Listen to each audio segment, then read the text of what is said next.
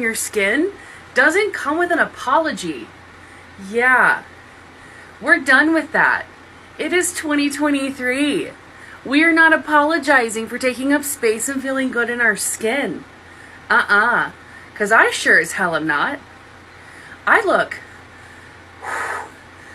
on fire. And I am going to revel in that.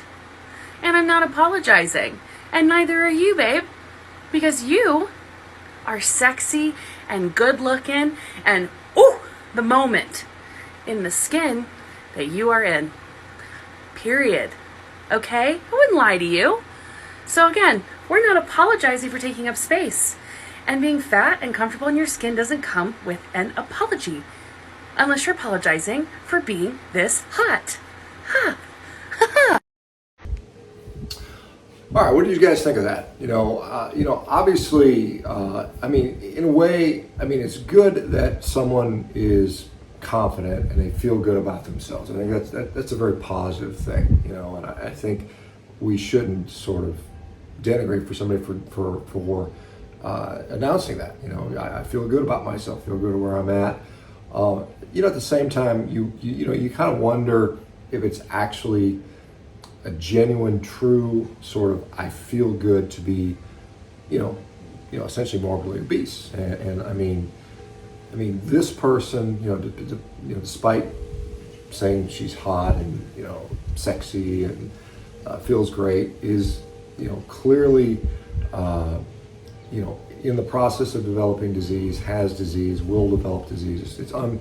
It's basically undeniable that morbidly obese people are generally, having illness. Whether it's inflammatory cytokines, whether it's things that will come, whether it's diabetes, heart disease, cancer, autoimmune disease, gut issues, mental health issues. All these things are clearly more prevalent.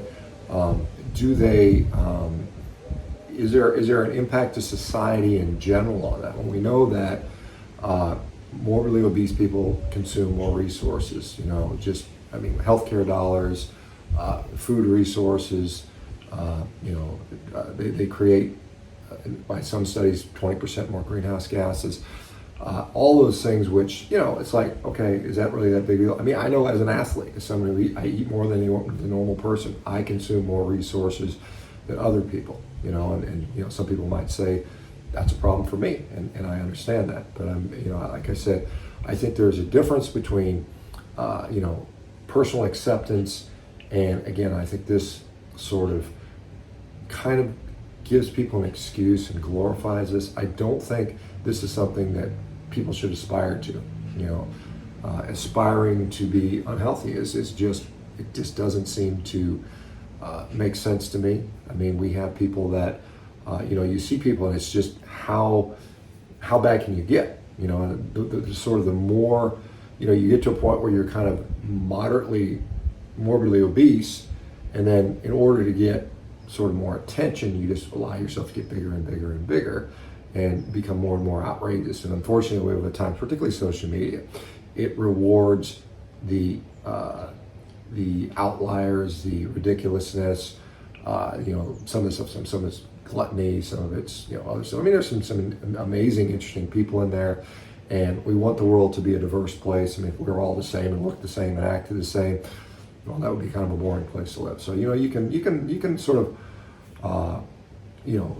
sort of cherish the differences that we all have. We're all the same, down deep, under the skin, and so on and so forth.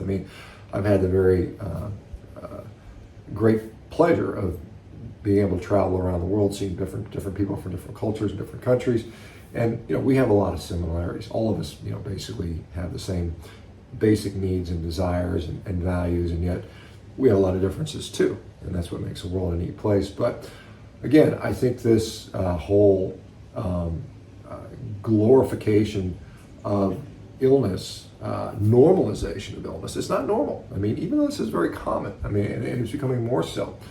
In the United States, we know obesity rates are now 45%, somewhere in there, and this is obesity, not just overweight. Overweight rates are well over 70%. I'll be in the minority. I mean, I am in the minority. I'm not obese. I mean, technically by BMI, I'm overweight, but I'm not. I'm not unhealthily having too much body fat on me, and I think that's something that will be interesting. Will we see normal? What would be previously normal appearing humans being a rarity? And you go to any sort of major gathering point, and you see this masses of obesity everywhere, and it's quite sad to say. And I think the one issue here is this is being reinforced. This body positivity movement is being kind of propped up by food companies, by the drug companies, because they kind of like you to be that way. They kind of make a lot of money off these people, whether it's selling them drugs, whether it's keeping them their food addictions alive.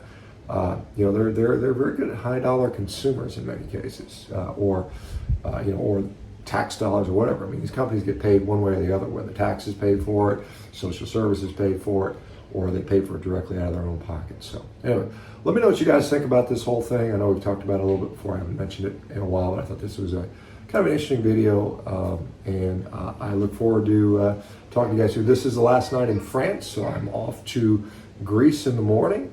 So next videos will be live from either en route to Greece or in Greece or something like that, and we'll let you know how things are in Greece. It's gonna be hot. I know it's gonna be hot, so we'll get some sunshine. Anyway, you guys take care. We'll talk to you soon. Bye bye.